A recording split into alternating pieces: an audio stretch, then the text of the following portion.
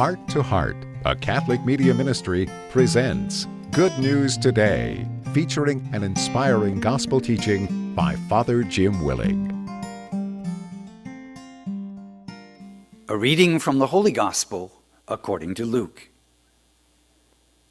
While some people were speaking about how the temple was adorned with costly stones and votive offerings, Jesus said, "All that you see here, the day will come when there will not be left a stone upon another stone that will not be thrown down."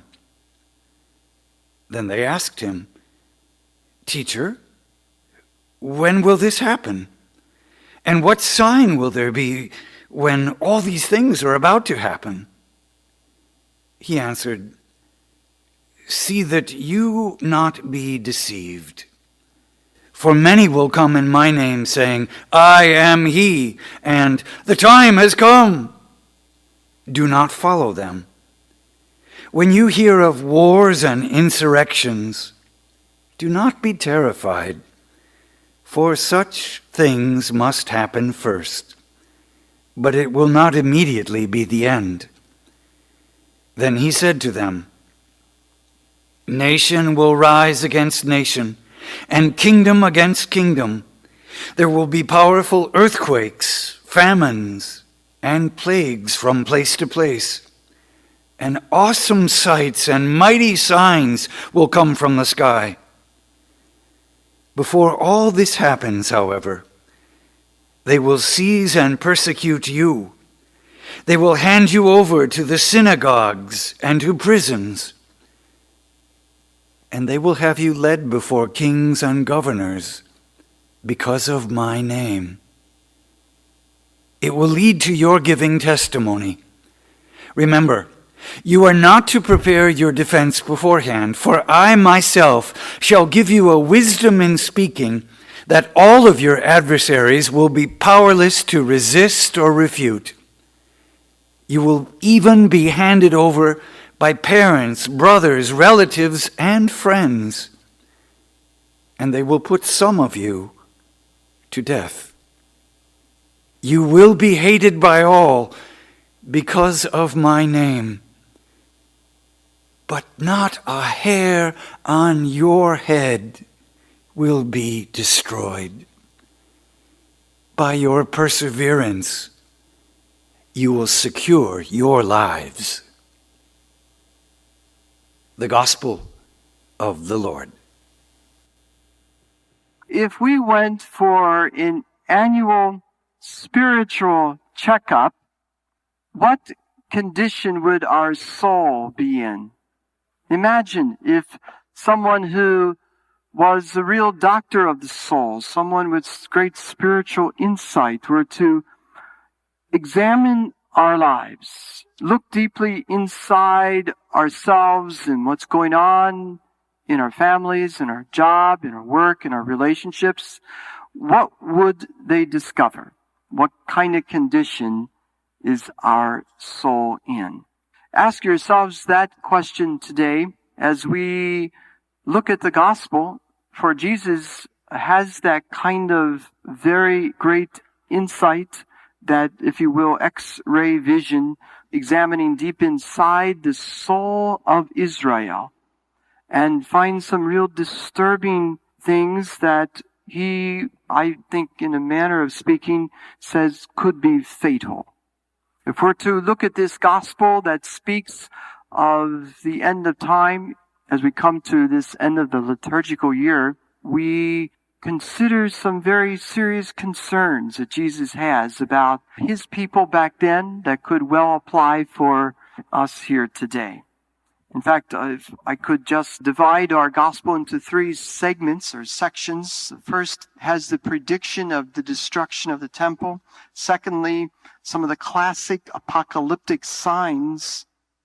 And finally, the warning about the times of persecution that lie ahead. Take a look at each of those segments as we look at this gospel as a way, again, of looking at our own lives.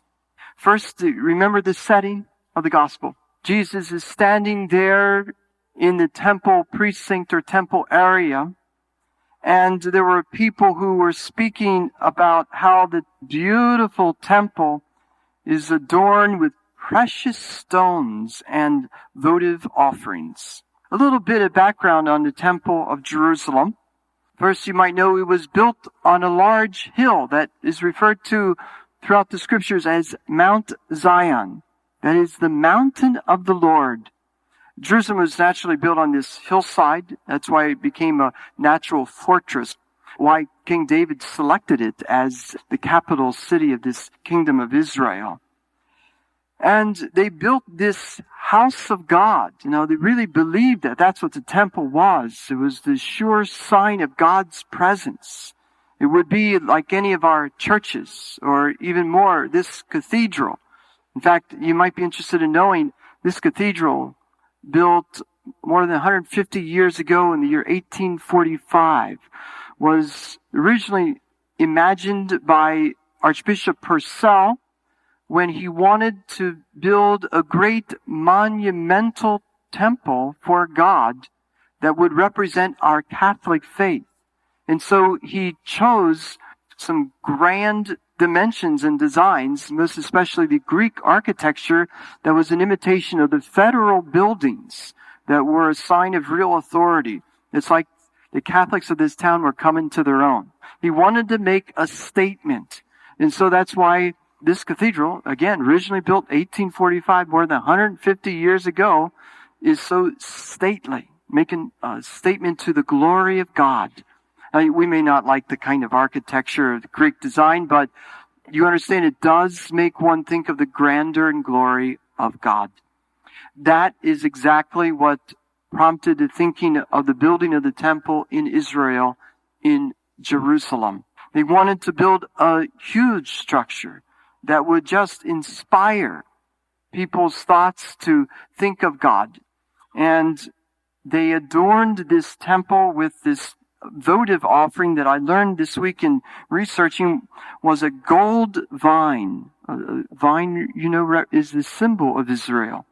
That was embossed over the main door of the temple.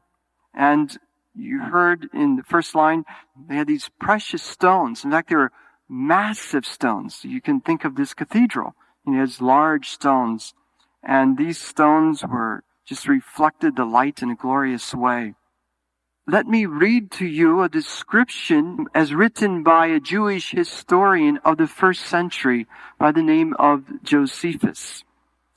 He writes, "Now the outward face of the temple in its front was covered all over with massive plates of gold.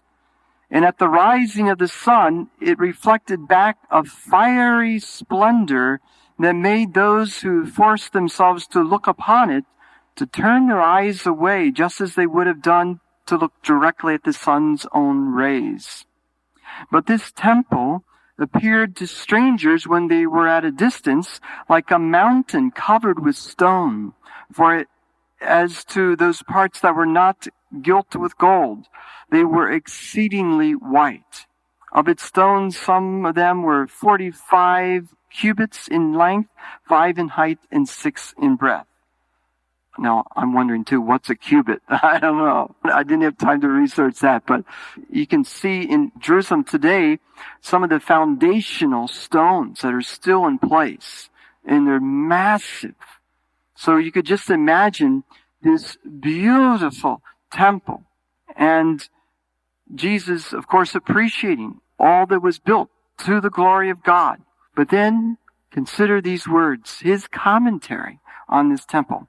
Jesus said, "These things you are contemplating. The day will come when not one stone will be left on another, but it will all be torn down." Can you imagine the shock of his words? How they would hear that. They'd say, "No way." Can you imagine if someone said that about this cathedral? I mean, it would drive the pastor crazy. You can't hardly imagine it, because this temple was built to last a lifetime. Let me tell you exactly. It was the temple, although originally was built by David's son Solomon, remember King Solomon, but was later reconstructed under Herod the Great in the year 20 BC and was not completed till 65 AD. Imagine all these years, 85 years. But on its completion in year 65 AD, 5 years later, it was completely destroyed, which is exactly 40 years after Jesus' prediction. It was destroyed by the Roman soldiers led by Titus. They completely leveled the entire temple. In fact, as Jesus predicted, not a stone was standing on a stone.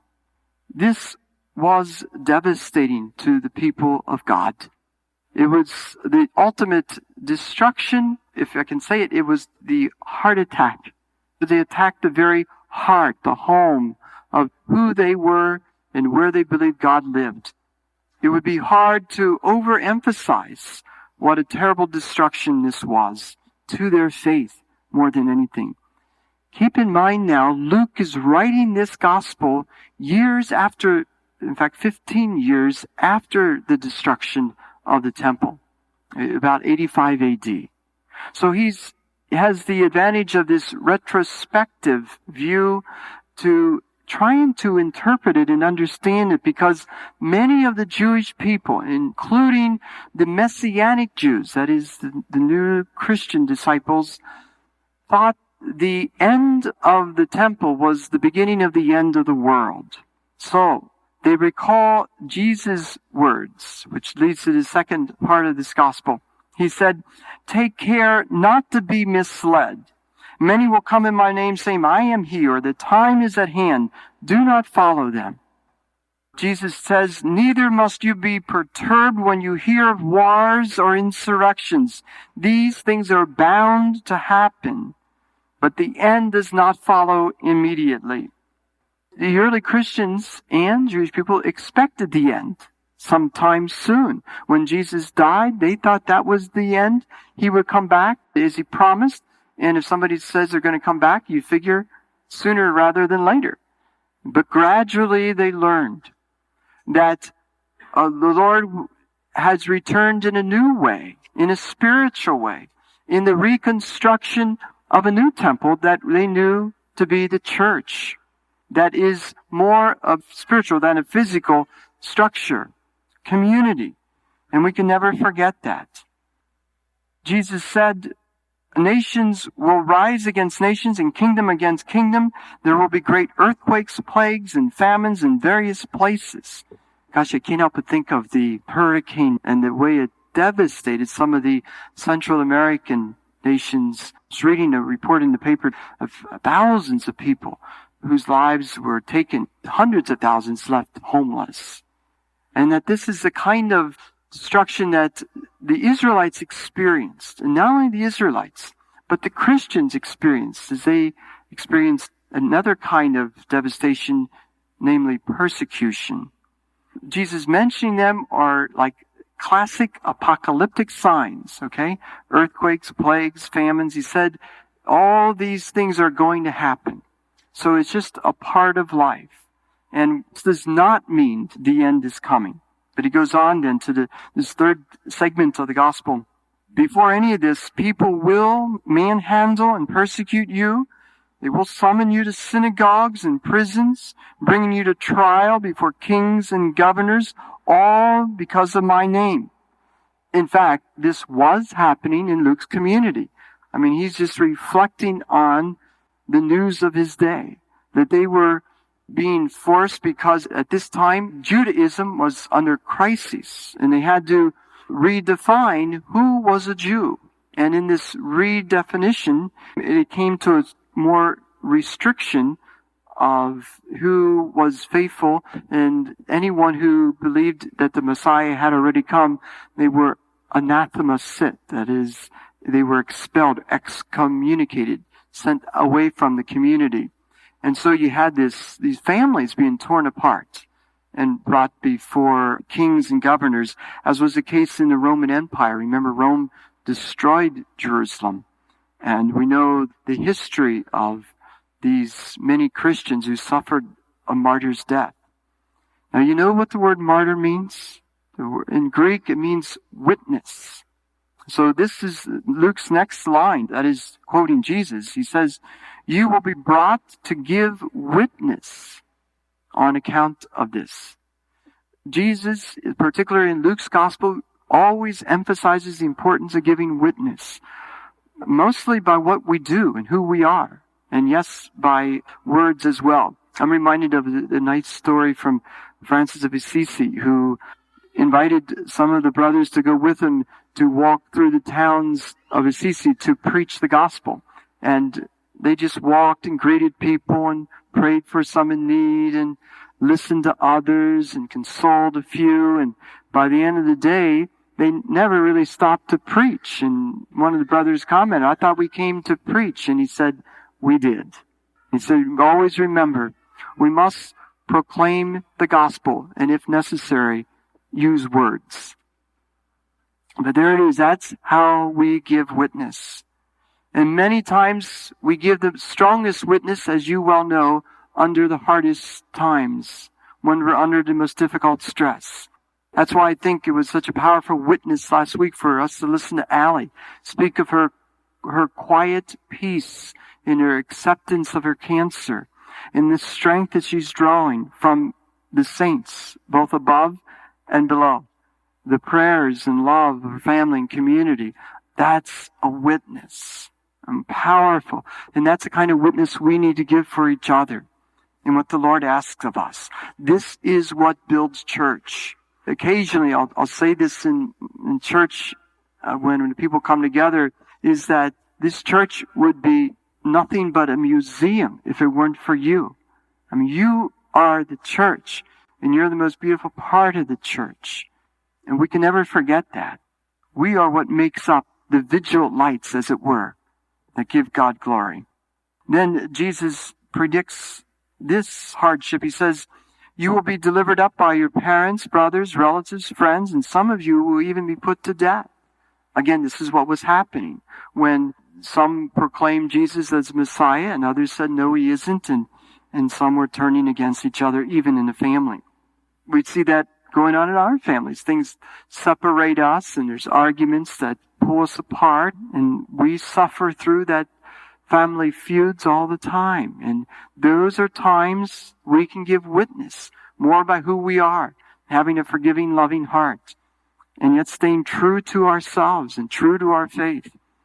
Jesus says, all will hate you because of me. Some will even put you to death, but not a hair of your head will be harmed. I want to say, did you get that? You'll be put to death, but don't worry about your hair. Somehow that's not very consoling. He's promising that we won't have a bad hair day. What is this?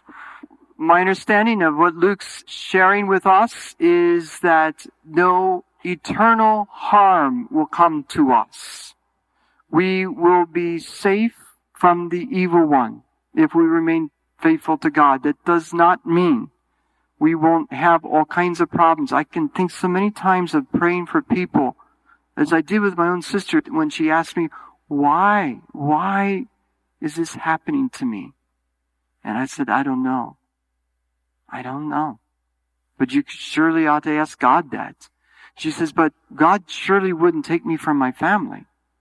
I'm thinking to myself, maybe God won't, but the cancer might. Because I know that. I mean, we know that. That's the real test of faith. That somehow we believe it's all going to be good. Even though it may feel and seem to end so bad, it will all work out for the good. And so this last line is the real, if you will, punchline, the real culmination of this prediction of persecution and destruction.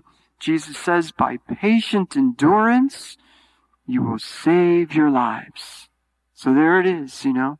It won't be ultimately fatal, but it will lead to eternal life. It's so consoling. In fact, I just came just an hour ago from celebrating the funeral of Mary Jean's mother who died.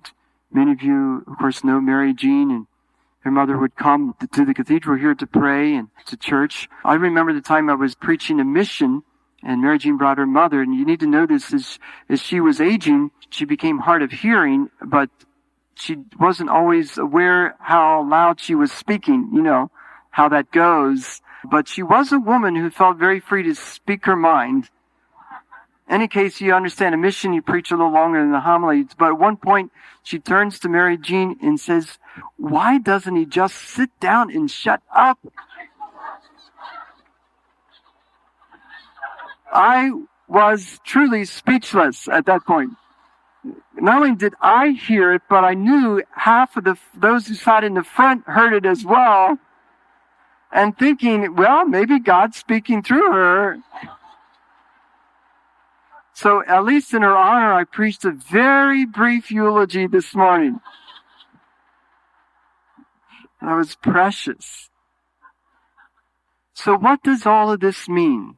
Gosh, I struggled with this because I don't believe we're in the end of times. Of course, we never know, but we're not even to worry about that if I read the gospel right.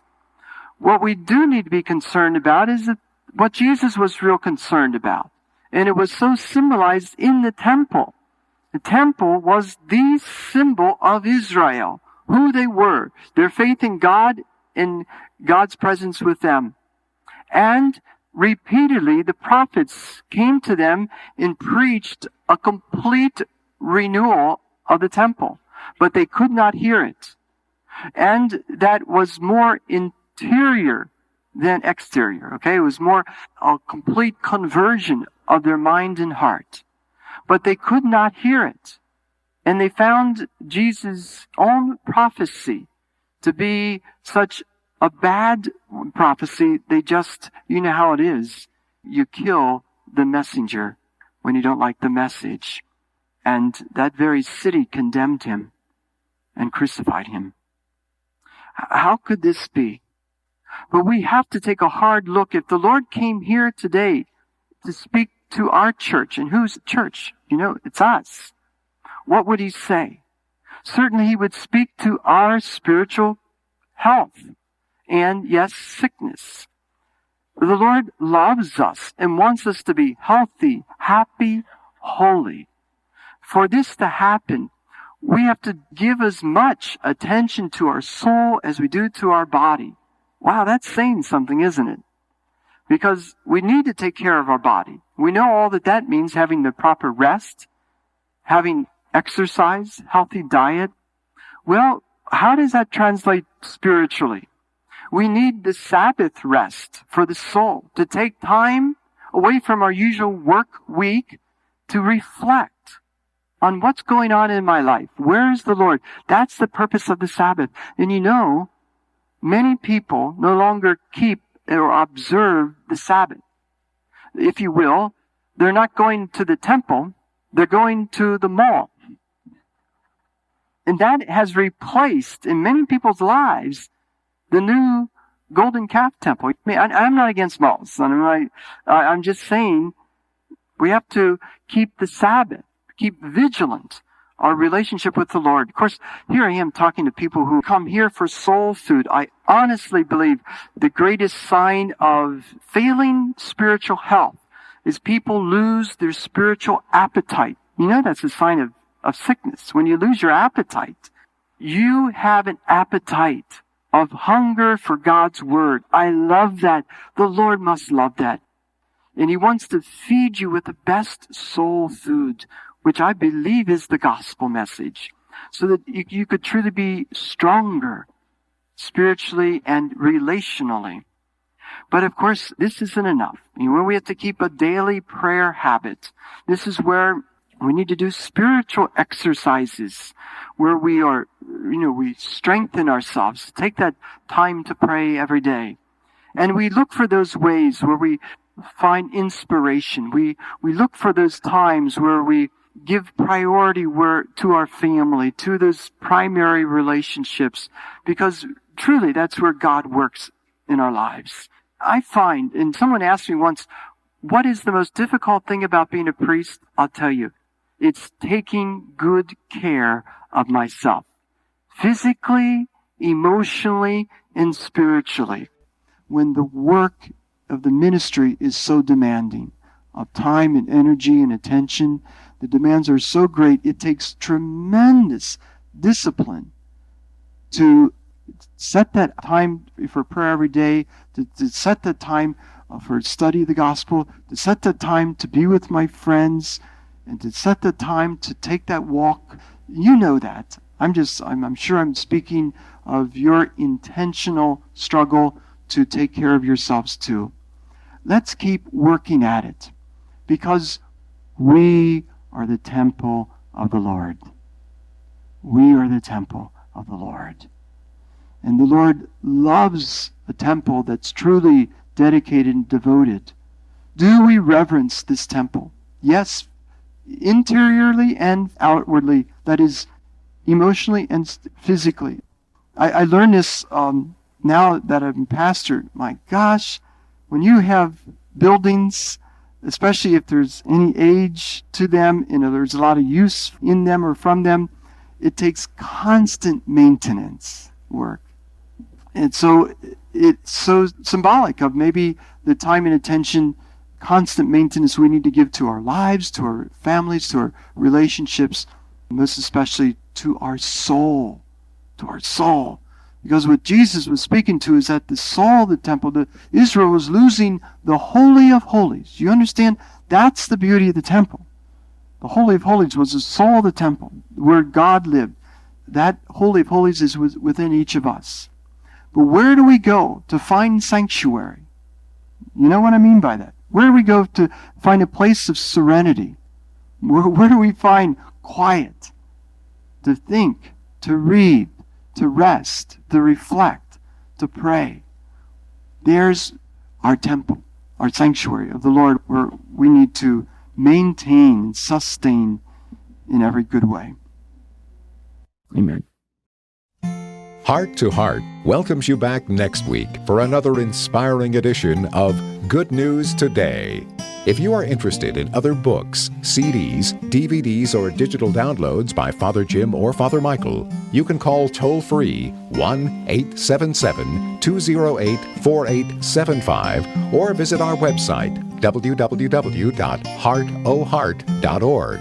There, you can also sign up to receive a weekly reminder to listen to these same programs online. And please, consider a donation of any size to help support Heart to Heart's radio and internet ministry.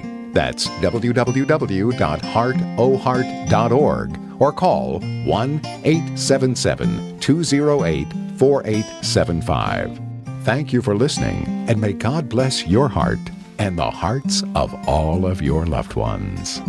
Heart to heart, hand in hand, praying for